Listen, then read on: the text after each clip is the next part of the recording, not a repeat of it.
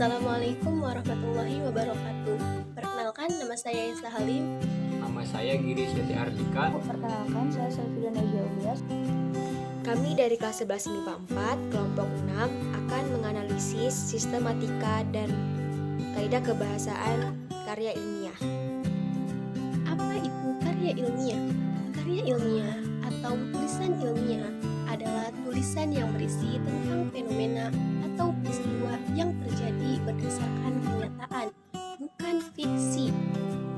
Secara umum, struktur karya ilmiah terbagi menjadi 7 bagian. Yang pertama, judul. Judul dalam karya ilmiah dirumuskan dalam satu frase yang jelas dan lengkap. Penggunaan judul dapat dilakukan dengan 2 cara, yaitu yang pertama, menggunakan huruf kapital semua kecuali anak judulnya. Yang kedua, menggunakan huruf kecil kecuali huruf-huruf pertamanya. Yang kedua, pendahuluan, berisi tentang latar belakang, perumusan masalah, tujuan, dan manfaat. Yang ketiga, kajian pustaka, atau disebut juga dengan landasan teoritis, berisi tentang kerangka pemikiran dan hipotesis. Yang keempat, metode penelitian, dapat berupa metode deskriptif, eksperimen, penelitian kelas, tergantung dari konteks karya ilmiah. Yang kelima, pembahasan, berupa isi pokok dan hasil dari penelitian. Yang keenam, simpulan dan saran, berupa pemaknaan kembali dari keseluruhan karya ilmiah. Yang ketujuh, daftar pustaka, berupa sumber referensi penelitian. Ciri-ciri karya ilmiah. Yang pertama adalah reproduktif. Karya ilmiah ditulis oleh peneliti atau penulis harus diterima dan dimaknai oleh pembacanya sesuai makna yang ingin disampaikan. Pembaca harus bisa langsung memahami konten dari karya ilmiah. Yang kedua, yaitu tidak ambigu. Sebuah karya ilmiah harus memberikan pemahaman secara detail dan tidak dikemas dengan bahasa tidak membingungkan. Dengan begitu, maksud dari karya ilmiah itu bisa langsung diterima oleh pembacanya. Yang ketiga adalah harus objektif dan hindari kesan emotif. Yang keempat adalah menggunakan bahasa yang baku dan memperhatikan cara penulisan yang tepat. Bahasa yang baku di sini adalah bahasa yang formal dan resmi sesuai pedoman umum ejaan bahasa Indonesia. Yang kelima adalah menggunakan kaidah keilmuan. Ciri-ciri karya ilmiah yang kelima ini dimaksudkan adalah metodologi penelitian yang harus diperhatikan oleh penulis. Karena dengan metodologi, karya ilmiah memiliki kerangka pemikiran yang logis. Yang keenam adalah berkohesi dan menggunakan kalimat yang efektif. Berkohesi di sini maksudnya adalah antara satu bab dengan bab yang lain harus saling berkesinambungan, terutama isinya. Sistematik karya ilmiah yang pertama terdapat judul karya ilmiah. Halaman judul pada karya tulis ilmiah ini biasanya hanya membuat judul dan nama pengantarnya saja. Yang tercantum dalam halaman judul adalah judul karangan lengkap dengan subjudul, logo, bentuk, tujuan penyusun, nama penyusun atau identitas.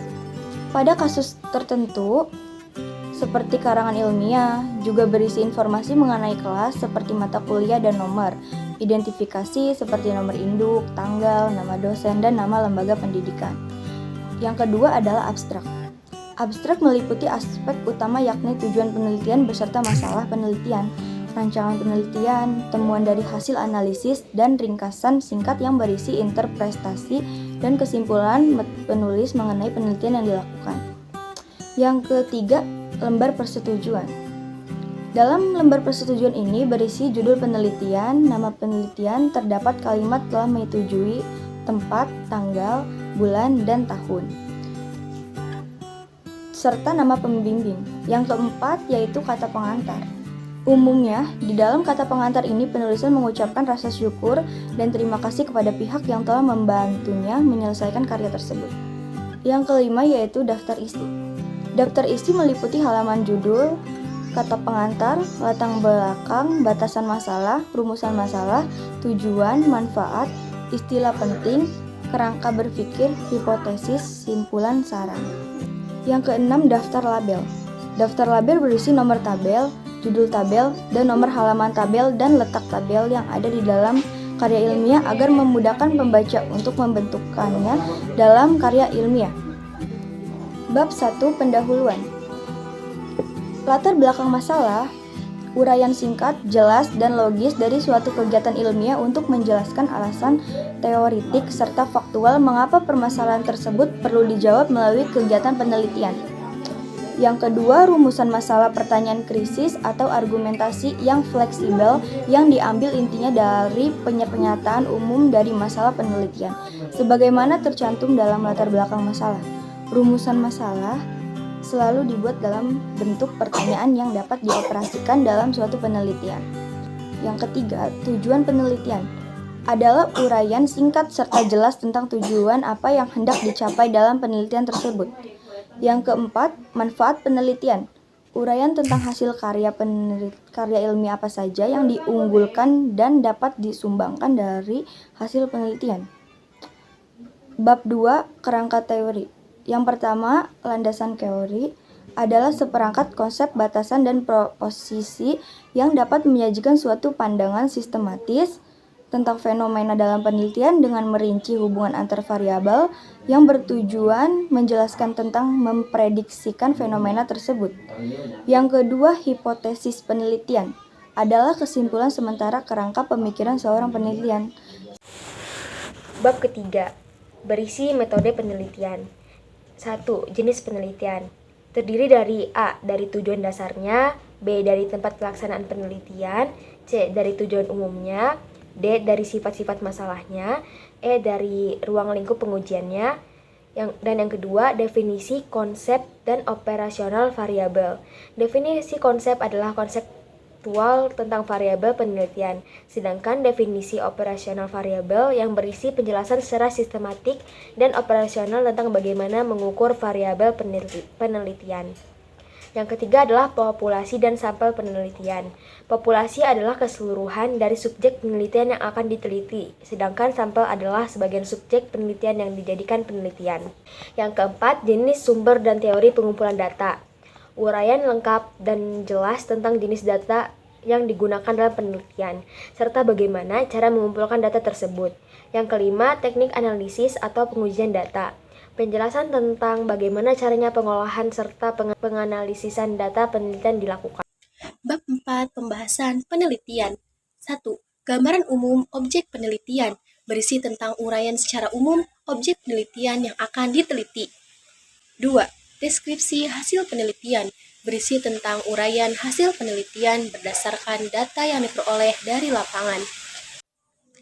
3. Pengujian hipotesis, berupa uraian pemaparan data yang diperoleh dari lapangan untuk menguji apakah dapat mendukung hipotesis yang ada atau tidak. Jika dapat mendukung, berarti diterima. Jika tidak, berarti sebaliknya. 4. Interpelasi hasil pengujian hipotesis. Sistematika bab 5. Daftar pustaka.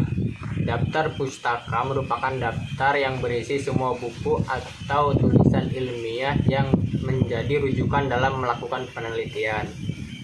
Terus kesimpulan secara umum adalah pernyataan ringkasan yang diambil dari suatu analisis, pembahasan suatu cerita atau hasil pembicaraan.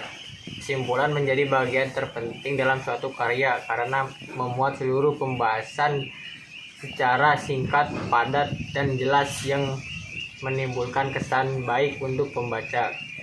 Saran adalah sebuah pendapat atau usul. Saran adalah sebuah pendapatan atau usul, anjuran maupun cita-cita yang dikemukakan oleh seseorang untuk mempertimbangkan suatu hal. Menganalisis kebahasaan karya ilmiah yang dibaca. Penggunaan bahasa yang digunakan dalam karya ilmiah antara lain bahasa baku yang tercermin dari pilihan kata atau istilah dan kalimat-kalimat yang efektif dengan struktur yang bagus. Syarat karya ilmiah antara lain sebagai berikut. 1. Baku. Baku merupakan tolok ukur yang berlaku untuk kuantitas atau kualitas yang ditetapkan berdasarkan kesepakatan standar. Dalam konteks bahasa, kata baku bisa diartikan tolok ukur kata yang ditetapkan berdasarkan kesepakatan standar. 2. Logis.